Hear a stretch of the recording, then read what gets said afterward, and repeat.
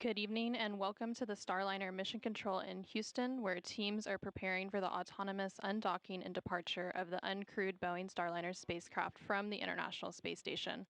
Undocking today is currently planned for 5:04 p.m. Central, 6:04 p.m. Eastern. I'm Anna Schneider with NASA Communications, and joining me today in Starliner Mission Control is Lauren Brennicke from Boeing Communications. Across the hall in the International Space Station Flight Control Room, we also have NASA's Rob Navius. In preparation for today's undocking activities, the teams here in Starliner Mission Control and the Flight Control Room, Flight Control Team in the International Space Station Flight Control Room recently completed the go, no-go poll for Starliner's undocking. The teams all polled go to proceed with undocking. And the team here in Starliner Mission Control is being led by Flight Director Chloe Maring.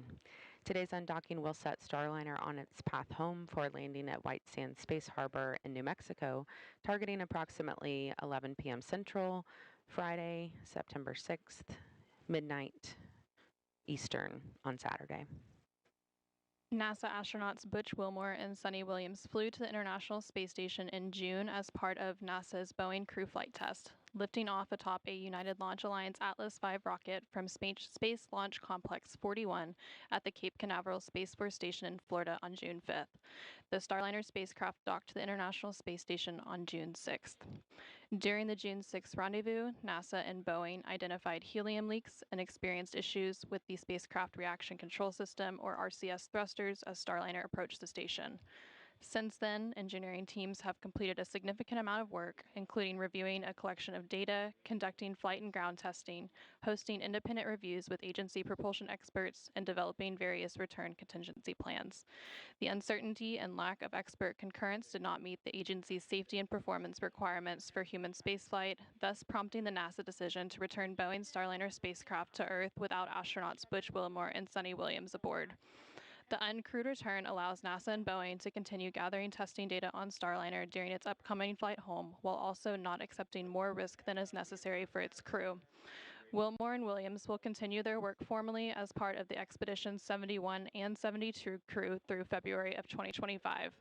They will then fly home aboard a Dragon spacecraft with two other crew members assigned to the agency's SpaceX Crew 9 mission, NASA astronaut Nick Hague and Roscosmos cosmonaut Alexander Gorbanov. As part of NASA's Commercial Crew Program, this is Boeing's second flight to the International Space Station and third Starliner flight test overall, following a second orbital flight test in May of 2022.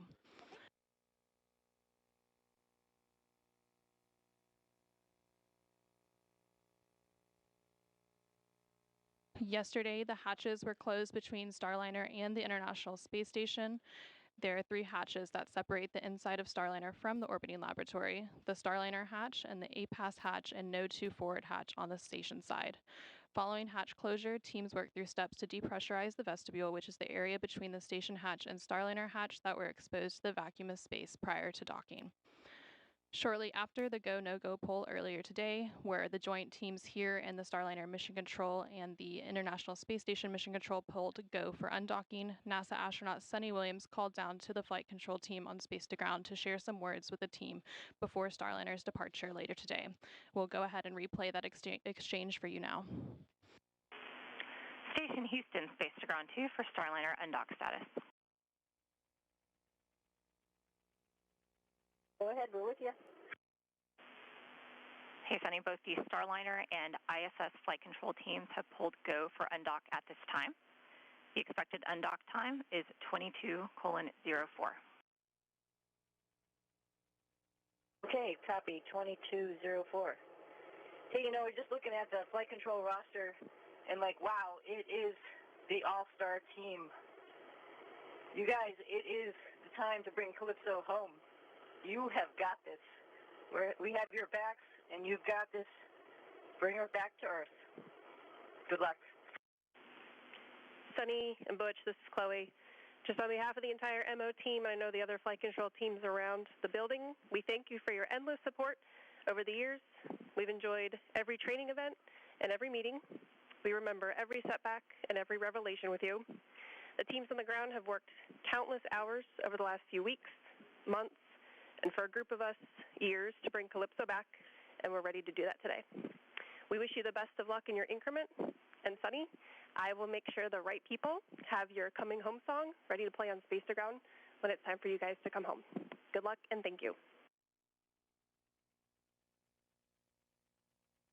Wonderful comments, Flight. We appreciate that, and we agree. Many years of great enjoyment, simming together, playing together, and being involved with each other's lives, and it's been special. Bring it home. Copy. Thank you and have a good evening.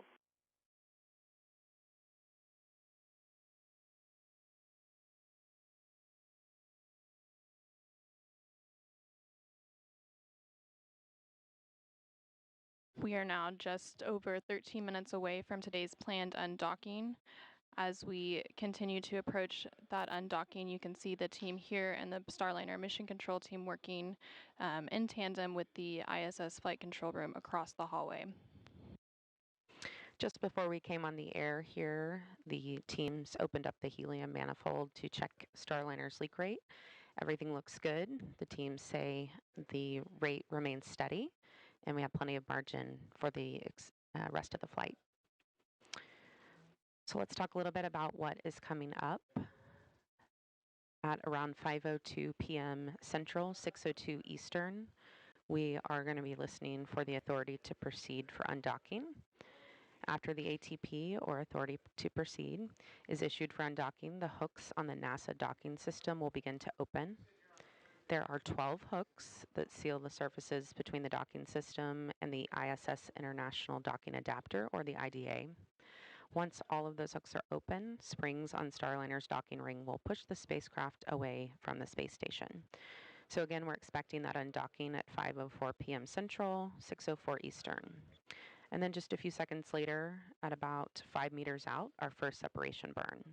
Starliner's thrusters will complete 2 short firings to gradually increase the separation speed to help the spacecraft carefully move away from the orbiting laboratory.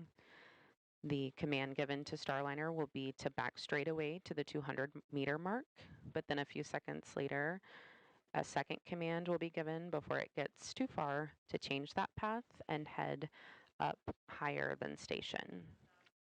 These 12 pre-planned burns will be performed with Starliner's forward-facing reaction control system, or RCS thrusters, which have been performing nominally during this flight.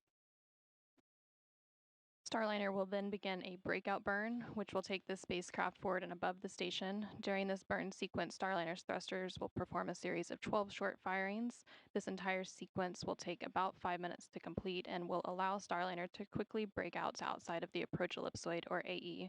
About 4 minutes into this burn sequence, Starliner will exit the keep-out sphere, or KOS. The keep-out sphere is an imaginary 200-meter sphere centered on the space station. Once outside the keep-out sphere, vehicles must provide a 4-orbit safe free drift trajectory.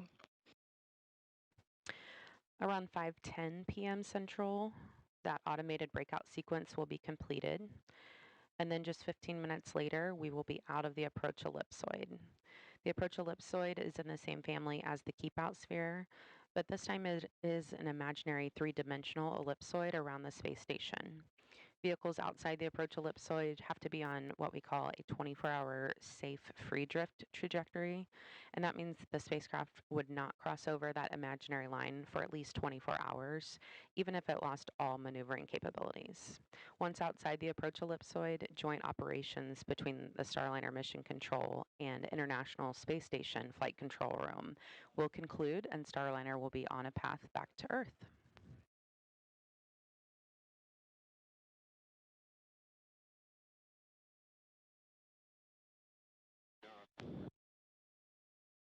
A few minutes ago, teams completed a final weather briefing to analyze weather predictions for the landing site at White Sands Space Harbor in New Mexico, and the weather continues to look good to support a landing later today.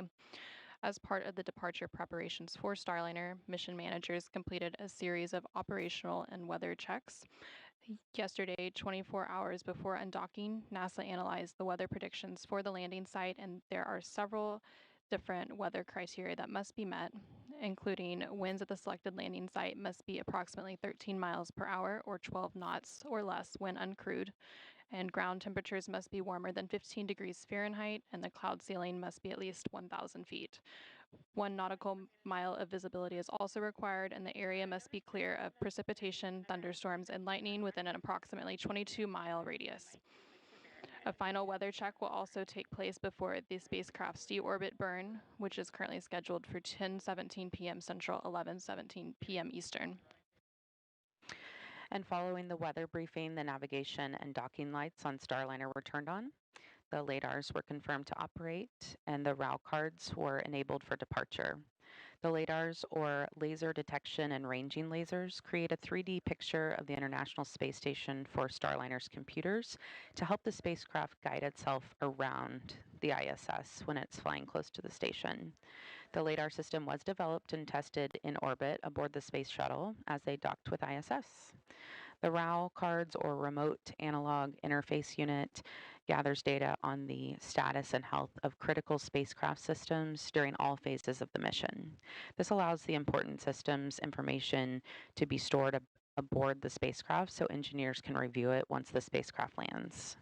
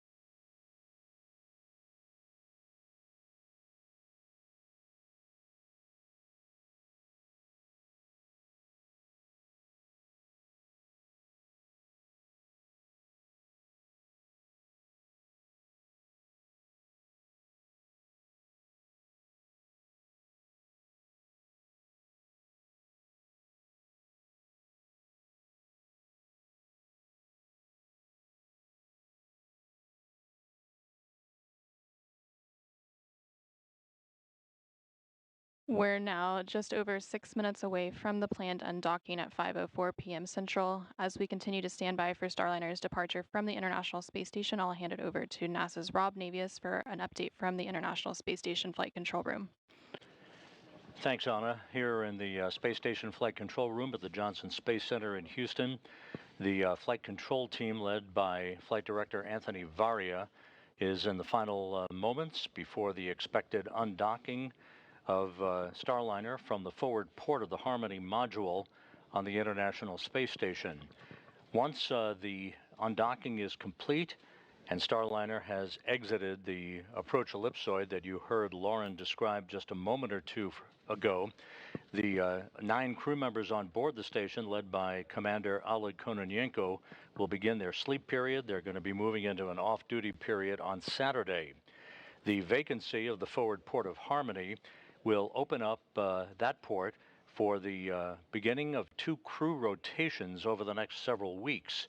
Next Wednesday, NASA's Don Pettit and Roscosmos cosmonauts Alexei Ovchinin and Ivan Wagner will be launching from the Baikonur Cosmodrome in Kazakhstan on a 2-orbit rendezvous to reach the International Space Station.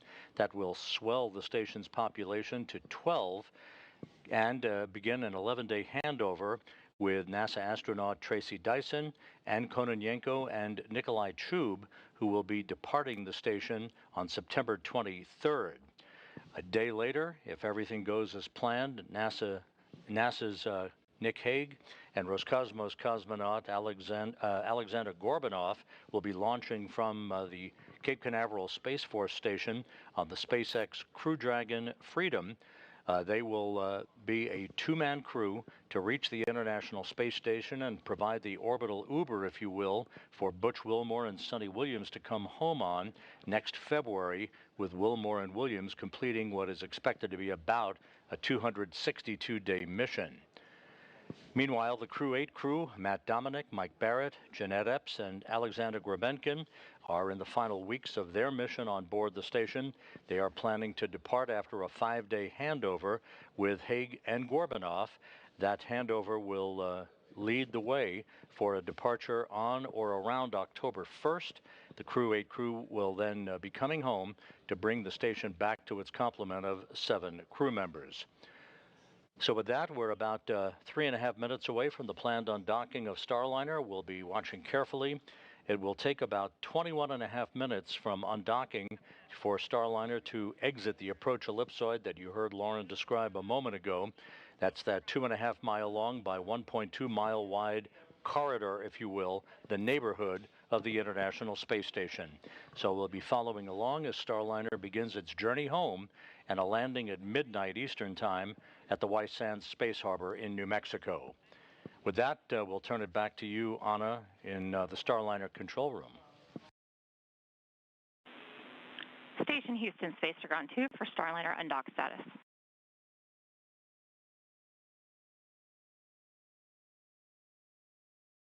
Go ahead.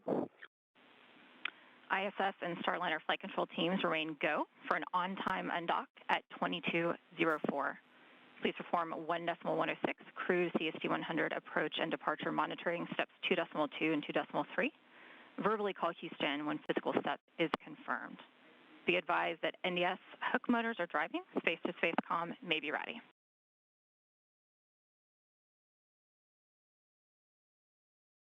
ISS crew copies ready for undock monitoring.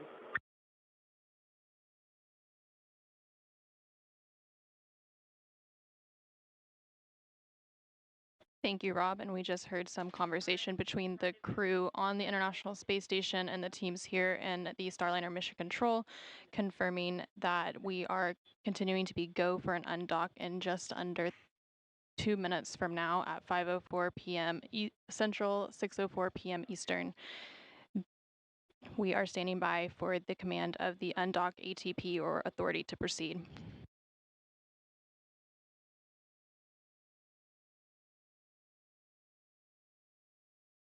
Once the authority to proceed is issued for undocking, the NDS or NASA docking system hooks will begin to open, and there are 12 hooks that seal the surfaces between the NDS and the ISS International Docking Adapter, or IDA.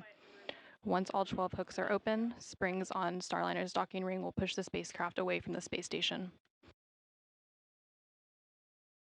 And Flight Director Chloe Marion just asked for quiet in the room as we are approaching 1 minute out from Starliner undocking.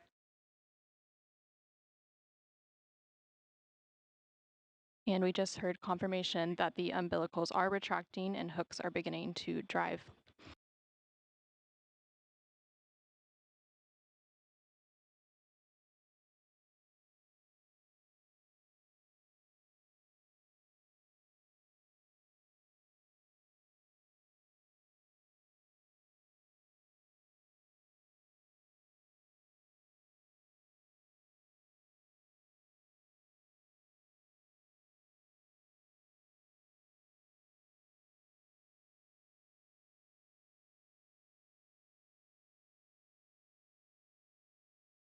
Thirty seconds.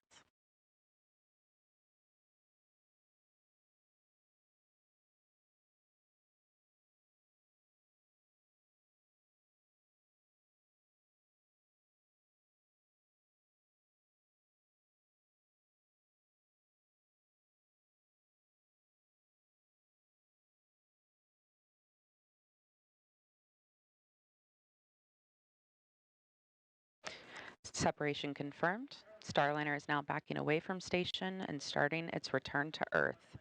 Starliner thrusters will then complete 2 short firings to gradually increase the separation speed to help the spacecraft carefully move away from the orbiting lab.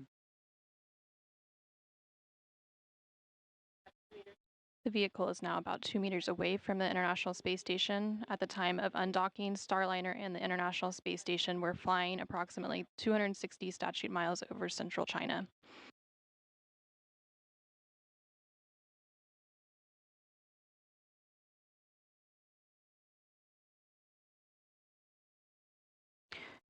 Starliner will be beginning a breakout burn soon, which will take the spacecraft forward and above station. During this burn sequence, Starliner's thrusters will perform a series of 12 short firings. The entire sequence takes about 5 minutes to complete and allows Starliner to quickly break out to outside the approach ellipsoid, or AE. And about 4 minutes into the burn sequence, Starliner will exit the keep out sphere, or the KOS.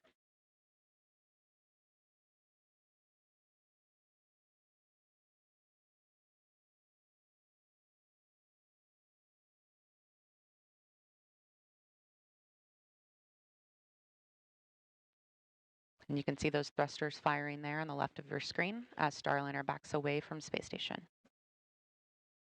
And we are now just at 35 meters away from the International Space Station. We saw a good first burn.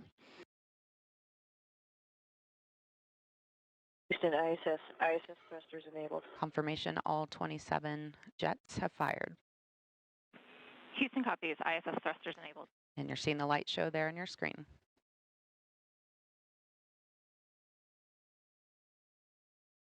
And the first 3 of the 12 firings have completed, and there's about a 100-second pause until the 4th burn.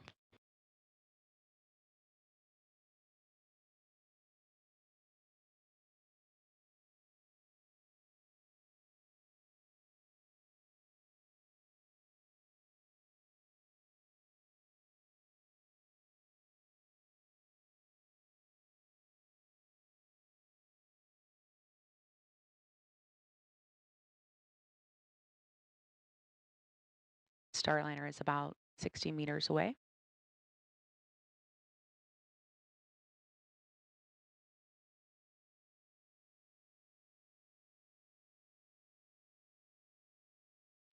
And flight controllers are reporting good attitude and good control. We are standing by for the 4th of the 12 burns in the series of firings as part of the breakout burn. As a reminder, the entire sequence will take about 5 minutes to complete. About 4 minutes into the sequence, Starliner will cross what is known as the keep-out sphere. The keep-out sphere is an imaginary 200-meter sphere centered on the space station.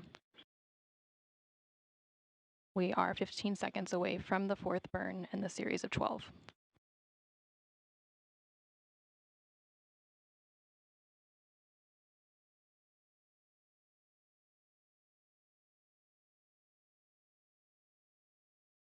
And you just saw burn 4, which just completed. We're hearing good burn.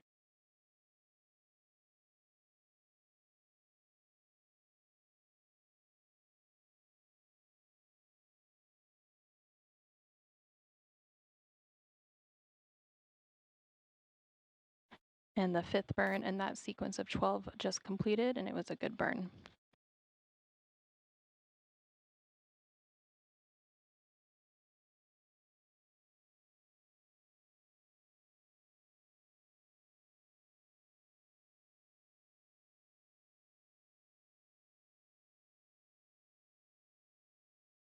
The 6th burn in the series of 12 was just completed, and it was a good burn. We are halfway through the series of 12, 6 more to go.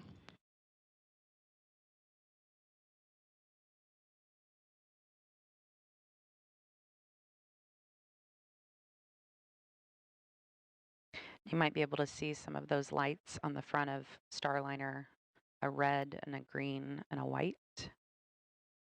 Those indicate the different sides of Starliner, and they're used by the ISS crew to watch Starliner move away from the ISS along the undocking axis. And we just heard good confirmation of both burns 7 and 8 completed. Starliner undocked approximately 5 minutes ago and has just a handful of short firings left in its breakout burn, and it is now about 150 meters away from the International Space Station. And we heard confirmation of a good burn 9, 3 more to go.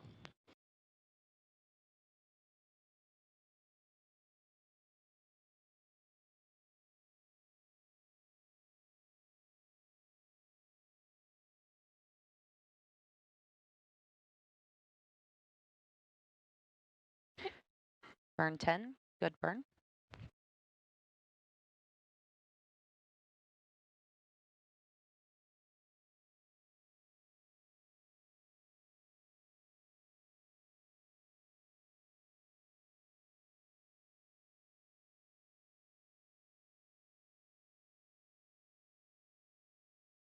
We have one more burn to go, but they have confirmed that Starliner has crossed the Keep Out Sphere, or the KOS, which is an imaginary 200-meter sphere centered on the International Space Station that helps flight controllers here on the ground monitor the arrival and departure of visiting vehicles. Station Houston, Space to Ground 2, Starliner has exited the Keep Out Sphere.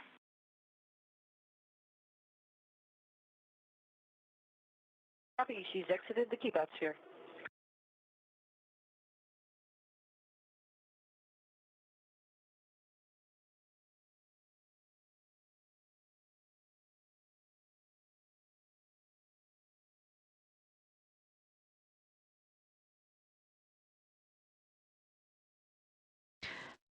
A reminder, this automated breakout sequence was chosen to use Starliner's forward thrusters, which have remained nominal during this flight. And we heard confirmation that all 12 burns in this series of breakout burn firings have completed, and they were all good burns. Starliner has crossed the Keep Out Sphere. So the next milestone for Starliner's departure will be crossing the approach ellipsoid, or AE. The AE is another invisible shape monitored by the flight control team, measuring 4 kilometers by 2 kilometers by 2 kilometers. Starliner is scheduled to cross the approach ellipsoid in about 10 minutes. Vehicles outside the AE have to be on what we call a 24-hour safe free drift trajectory, which means the spacecraft would not cross into the approach ellipsoid for at least 24 hours, even if it lost all maneuvering capabilities. Once outside the approach ellipsoid, joint operations between Starliner Mission Control and the International Space Station Flight Control Room will conclude, and Starliner will be on a path back to Earth.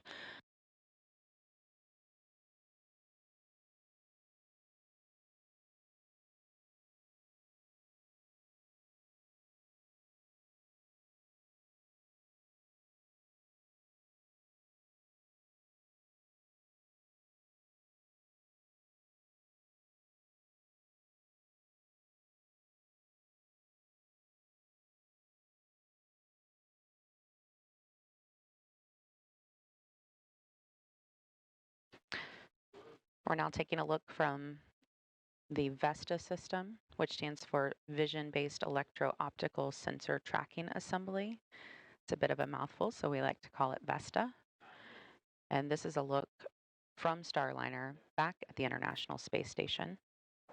This system is really the eyes of Starliner. It's able to pick up on features on the outside of station, like handrails and reflectors. You can see some of that on your screen there in the outlines.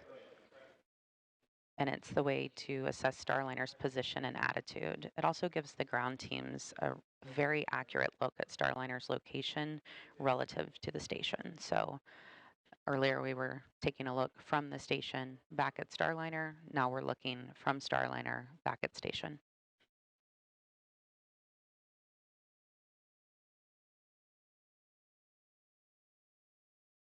We're just under 10 minutes away from the AE exit, so in the meantime, we will check back in with NASA's Rob Navius in the International Space Station Flight Control Room. Rob? Thank you, guys. Flight Dynamics has reported that Starliner is on a perfect trajectory backing away from the International Space Station and opening a rate of about 13.5 statute miles per rev. At the time of the deorbit burn at 10:17 and 13 seconds p.m. Central Time later this evening, the vehicle will be about 56 statute miles away from the International Space Station. That deorbit burn, by the way, will be a 59-second burn to slow Starliner down by 129.9 meters per second, a 4 OMAX burn. OMAX, the acronym for the Orbital Maneuvering and Attitude Control System, thrusters and jets on the Starliner spacecraft that will enable Starliner to begin to drop out of orbit for its intended southwest to northeast trajectory across the Pacific Ocean, across Baja California, and heading towards its landing at the White Sands Space Harbor in New Mexico. With the forward port of Harmony now vacant, that sets the stage, as I mentioned a few minutes ago, for the start of a couple of crew rotations that are coming up. Down at the Baikonur Cosmodrome in Kazakhstan, Don Pettit of NASA and Roscosmos cosmonauts Alexei Ovchinin and Ivan Wagner and their backups are in the final stages of their preparations for launch next Wednesday. Their Soyuz 2.1A booster and the Soyuz MS-26 spacecraft that they will ride to orbit. That vehicle will roll out to the launch pad in Baikonur on Sunday, and then final preparations will lead them to a launch next Wednesday at 11:23 a.m. Central Time, heading for a two-orbit, 3-hour, 10-minute journey to dock to the International Space Station's Rassvet module. Now, that forward port on Harmony that was just vacated by Starliner's departure will be the port of call for NASA astronaut Nick Hague and Roscosmos cosmonaut Alexander Gorbanov, and their launch no earlier than September 24th on the SpaceX Dragon Freedom spacecraft off of Launch Complex 40 at the Cape Canaveral Space Force Station. That will be about a 30-hour transit for those two crew members to reach the International Space Station and the automated docking to the forward port of Harmony. Ultimately, Hague, Gorbanov, Butch Wilmore, and Sonny Williams will do a relocation of the SpaceX Dragon spacecraft from the forward port of Harmony to the zenith port of Harmony, opening up that forward port for the arrival of the next SpaceX cargo ship, SpaceX 31, that's scheduled for launch in October. So a lot of activities lying ahead for the space station crew. The crew aboard the International Space Station soon will begin its sleep period and an off-duty day on Saturday, while the activity shifts over to the White Flight Control Room down the hall, as they are in a shift handover right now. Flight Director Rick Henfling will be taking over shortly to supervise entry and landing operations, and the team over there will be monitoring the progress of Starliner as it moves to its deorbit position about 56 statute miles away from the International Space Station. With that, we'll turn it back to the White Ficker and Anna and Lauren.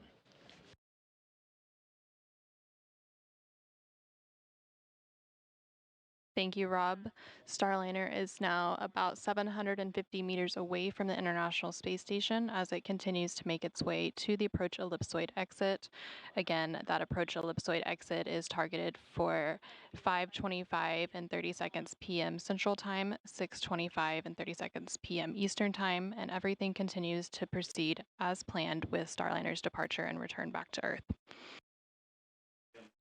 And you're looking live at Starliner in free drift. Engineers are telling us that the breakout burns all went well. Thrusters are all looking good.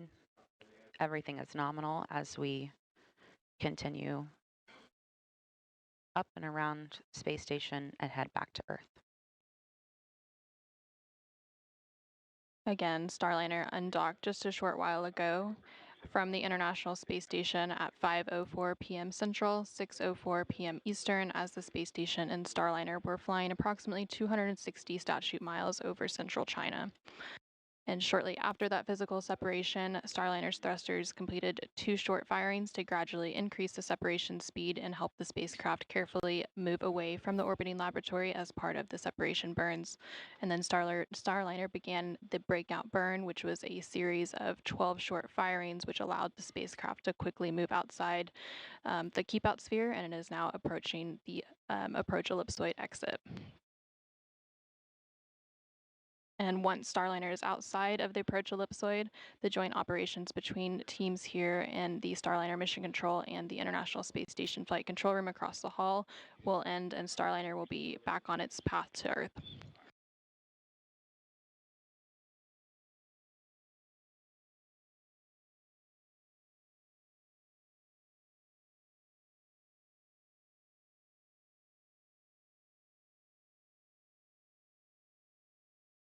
And we are about 6 minutes away from that approach ellipsoid exit, and Starliner is now about 900 meters away from the International Space Station, traveling at a rate of 1.2 meters per second.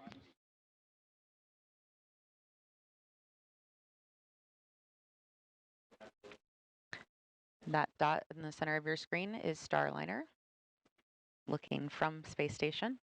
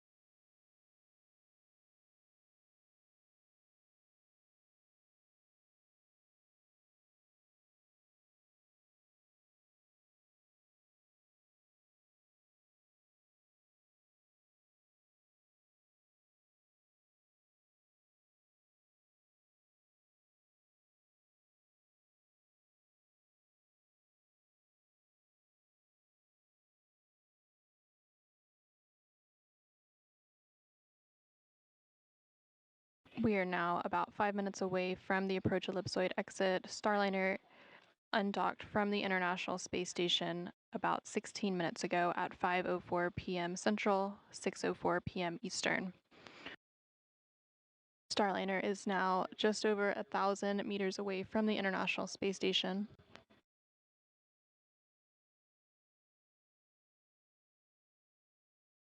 After Starliner crosses the approach ellipsoid, the next milestones for the vehicle will be its entry cover closure, and that is planned for about 6:42 p.m. Central, 7:42 p.m. Eastern, and then there will be some checkouts of the OMAC thrusters at 7:05 p.m. Central, 8:05 p.m. Eastern.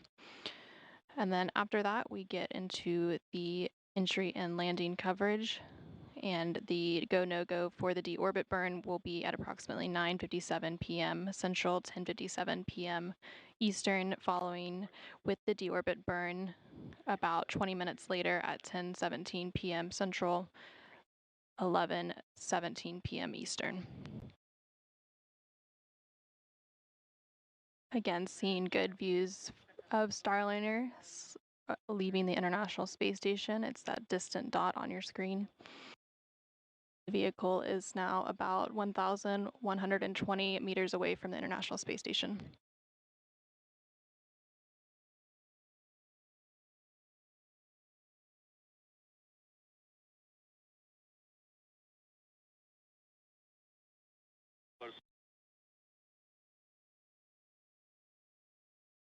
And we just heard confirmation that Starliner is out of the approach ellipsoid. The approach ellipsoid is a imaginary three-dimensional ellipsoid around the space station, and vehicles outside of the approach ellipsoid have to be on what we call a 24-hour safe free drift trajectory, which means the spacecraft would not cross into the approach ellipsoid for at least 24 hours, even if it lost all maneuvering capabilities.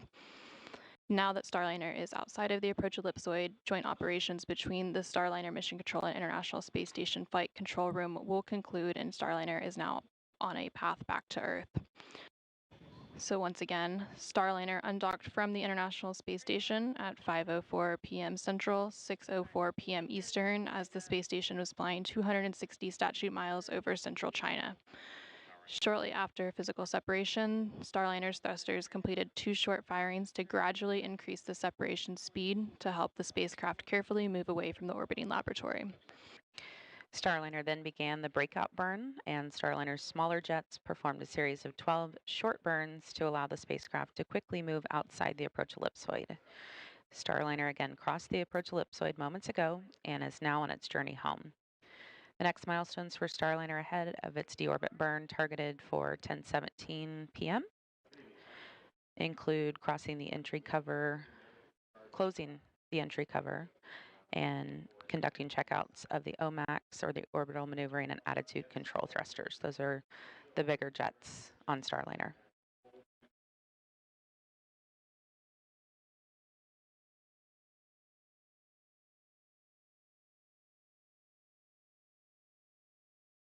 For now, let's check in one final time with NASA's Rob Navius following Starliner's exit from the approach ellipsoid.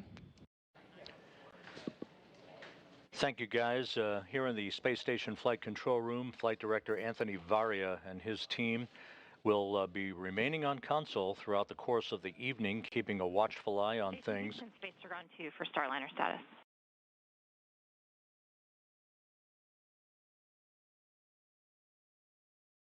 Go ahead.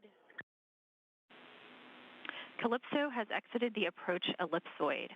Sunny, we are ready for RWS teardown when you are.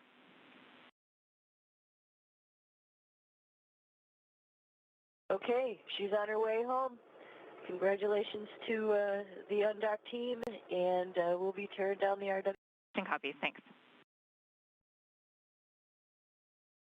Spacecraft communicators are here in the Station Flight Control Room talking to Sonny Williams, International Space Station. The Starliner is perfect trajectory, moving well away from the International Space Station for its deorbit burn at 10:17 and 13 seconds p.m. this evening. Once again, that'll be a 59-second burn of the 4 orbital maneuvering and attitude control system jets on the Starliner spacecraft to slow Starliner down by 129.9 meters per second, allowing it to drop out of orbit to begin its descent back into the Earth's atmosphere, and a landing just about midnight Eastern Time, 11 p.m. Central Time, give or take a few seconds, at the White Sands Space Harbor in New Mexico. With that, the space station team will begin to turn its attention to the next major activity.